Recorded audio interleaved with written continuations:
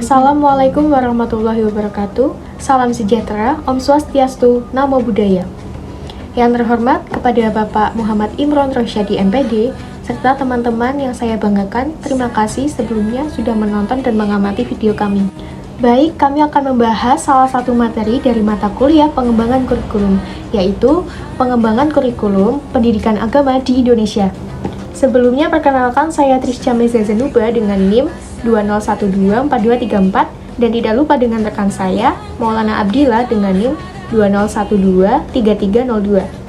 Kemudian, poin-poin yang akan kita bahas mengenai topik tersebut adalah pengembangan kurikulum agama di pesantren, madrasah, dan di sekolah. Pendidikan merupakan fondasi penting pembangunan negara, termasuk di Indonesia, yang diatur melalui kurikulum sebagai panduan pembelajaran di berbagai jenjang. Kurikulum yang efektif sangat krusial untuk menghasilkan sumber daya manusia berkualitas dan berdaya saing global. Semenjak kemerdekaan Indonesia telah mengalami berbagai perubahan kurikulum yang dipengaruhi oleh kemajuan teknologi, perubahan sosial budaya, dan kebutuhan pasar kerja. Meski demikian, pengembangan kurikulum menghadapi tantangan seperti kesenjangan praktik di lapangan, kurangnya pelatihan guru, keterbatasan sumber daya, serta kebutuhan fleksibilitas daerah. Guru memegang peran sentral dalam pengembangan dan implementasi kurikulum. Oleh karena itu, kajian mendalam mengenai pengembangan kurikulum, khususnya pendidikan agama, sangatlah penting untuk memperbaiki mutu dan relevansi pendidikan bagi generasi mendatang. Kurikulum di pesantren memiliki otonomi dalam menyusun kurikulum yang mencakup pendidikan agama, moral, pendidikan umum, dan keterampilan. Metode yang digunakan mencakup pengajian kitab kuning, sorogan, bandongan, serta sistem klasikal dan pelatihan. Jenis pesantren sangat beragam mulai dari tradisional hingga modern yang dilengkapi dengan pelatihan keterampilan dan lembaga pendidikan formal.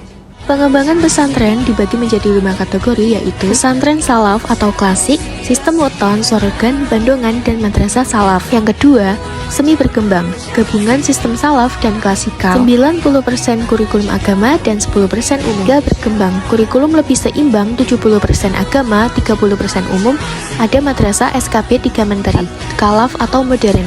Lembaga pendidikan lebih lengkap termasuk sekolah umum, perguruan tinggi, dan kursus bahasa. Kelima, pesantren ideal, fokus pada kualitas dan keterampilan seperti pertanian, teknik, perbankan, tetap mempertahankan nilai-nilai pesantren. Sistem pembelajaran di pesantren mencakup 3 sistem, yaitu yang pertama sistem klasikal, kelas berjenjang seperti di sekolah formal. 2 sistem kursus, tahasus, mendorong kemandirian santri sesuai minat dan kemampuan. Dan yang ketiga, sistem pelatihan, kegiatan praktis seperti pertukangan, pertanian, koperasi, dan kewirausahaan. Poin yang kedua adalah kurikulum di madrasah.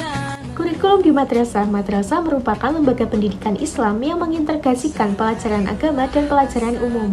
Kurikulum disusun agar setara dengan sekolah normal nasional. Pemerintah melalui Kementerian Agama mengembangkan madrasah model sebagai pusat mutu yang membina madrasah lain di sekitarnya. Madrasah juga menerapkan sistem segregasi, pembelajaran antara laki-laki dan perempuan. Eksistensi madrasah untuk memenuhi 3 tuntunan minimal dalam peningkatan kualitas madrasah, yaitu 1. Menjadikan madrasah sebagai wahana untuk membina ruh dan praktik hidup keislaman. 2. Memperkokoh keberadaan madrasah sehingga sederajat dengan sistem sekolah. 3. Madrasah harus mampu merespon tuntunan masa depan guna mengantisipasi perkembangan iptek dan era globalisasi. Berikut poin selanjutnya akan diterangkan oleh rekan saya, yaitu Maulana Abdillah. Baik, selanjutnya pengembangan kurikulum di sekolah. Pendidikan agama Islam di sekolah umum meliputi pemahaman terhadap ajaran Islam secara menyeluruh. Komponen kurikulumnya mencakup tujuan, isi materi, media pembelajaran, strategi pengajaran, dan proses belajar mengajar. Kurikulum ini disesuaikan dengan nilai-nilai pendidikan nasional dan perkembangan zaman. Selanjutnya itu ada kurikulum pendidikan agama Islam. Kurikulum pada awalnya berasal dari istilah Latin dan Yunani yang berarti jarak tempuh dalam perlombaan. Lalu maknanya berkembang menjadi serangkaian proses atau rencana dalam pendidikan.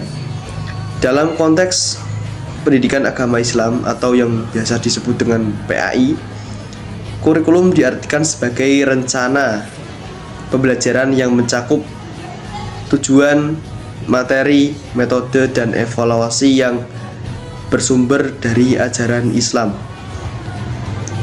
Tujuannya adalah membentuk peserta didik yang memahami, menghayati, dan mengamalkan ajaran Islam dengan tetap menjunjung nilai toleransi antar umat beragama. Materi selanjutnya yaitu komponen kurikulum pendidikan agama Islam. Yang pertama yaitu ada komponen tujuan. Terus yang kedua ada komponen isi kurikulum. Ketiga komponen media atau sarana prasarana. Yang keempat komponen strategi menuju pada pendekatan. Dan yang kelima itu komponen proses belajar mengajar. Selanjutnya ada dasar pengembangan kurikulum. Pengembangan kurikulum dipengaruhi oleh landasan filosofis, psikologis, dan sosial budaya. Dari sisi filsafat terdapat pendekatan seperti perennialisme, esensialisme, progresivisme, dan rekonstruktivisme. Dari segi psikologis digunakan teori perkembangan dan teori belajar. Sementara itu, aspek sosial budaya menuntut agar kurikulum kontekstual dengan nilai dan kebutuhan masyarakat. Kesimpulannya ialah pengembangan kurikulum pendidikan agama Islam perlu disesuaikan dengan perubahan zaman dan kondisi masyarakat di pesantren, madrasah, maupun sekolah. Pendekatan pengajaran terus berkembang, dibutuhkan pelatihan yang lebih baik untuk pendidik, kerjasama antar lembaga, serta kurikulum yang lebih fleksibel agar pendidikan agama tetap relevan dan bermakna. Selanjutnya saya serahkan kepada moderator. Demikian materi yang kami sampaikan. Terima kasih sudah menonton. Semoga bermanfaat. Wassalamualaikum warahmatullahi wabarakatuh.